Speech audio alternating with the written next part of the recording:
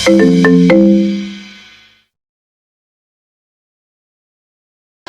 semuanya, kami dari Tutor Biologi Semansa. Perkenalkan, nama saya Dinda Naila Aurelia Muhammad. Saya Zuputri Anindita. Di sini kami akan menjelaskan tentang materi jaringan hewan. Nah, di sini saya akan menjelaskan mengenai jaringan epitel. Nah, apa itu jaringan epitel? Jaringan epitel ini adalah jaringan penutup permukaan tubuh yang dimana tersusun oleh sel yang terikat zat pengikat sehingga hampir tidak ada ruang antar sel di dalamnya. Nah, jaringan epitel ini juga adalah sel yang tersusun rapat, memiliki sel saraf dan juga memiliki kemampuan regenerasi yang tinggi. Di sini fungsi jaringan epitel ada 6, ada transportasi, absorpsi, proteksi, sekresi, ekskresi dan juga eksteroreseptor. Nah, untuk yang pertama, transportasi, ini dia berfungsi untuk mengangkat zat-zat antar jaringan atau antar rongga.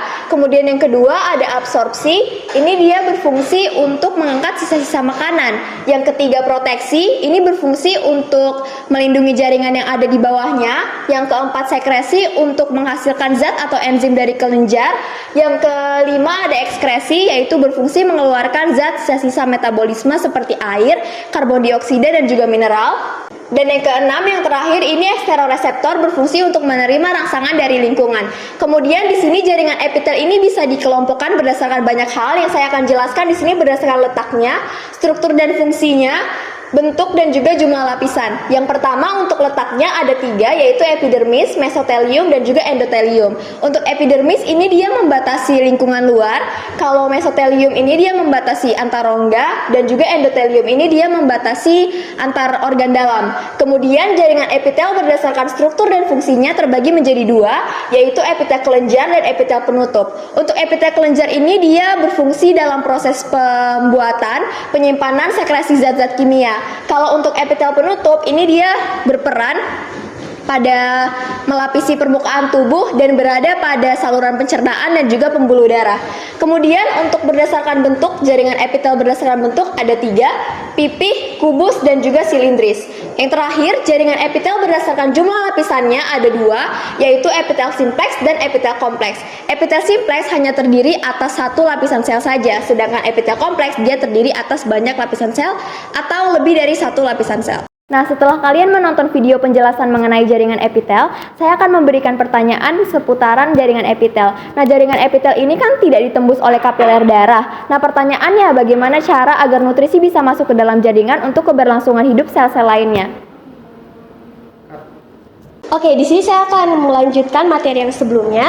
Kali ini saya akan menyampaikan materi lebih spesifiknya pada jaringan ikat. Sebelum kita ketahui apa itu jaringan ikat, jaringan ikat sendiri merupakan suatu jaringan yang selalu berhubungan dengan jaringan lainnya ataupun organ-organ lainnya.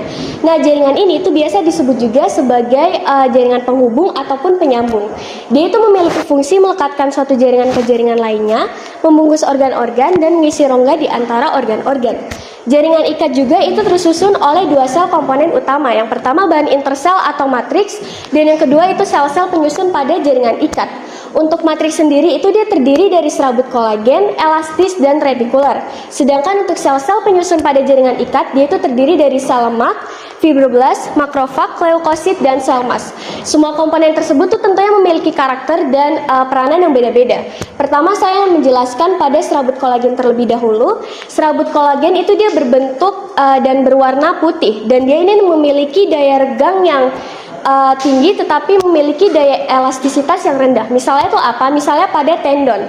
Kemudian ada serabut elastis. Untuk serabut elastis ini itu dia itu memiliki daya elastisitas yang tinggi. Jadi itu berkebalikan dengan yang sebelumnya. Dan ini misalnya pada pembuluh darah, bantaran lemak dan ataupun ligamen. Yang terakhir itu ada serabut retikuler. Untuk serabut retikuler ini dia berbentuk seperti jaring dan memiliki daya elastisitas yang rendah. Jadi sama dengan serabut kolagen yang tadi saya awal sampaikan, meskipun sama, dia itu memiliki bahan penyusun yang lebih tipis dan fungsinya melekatkan suatu jaringan ke jaringan lainnya.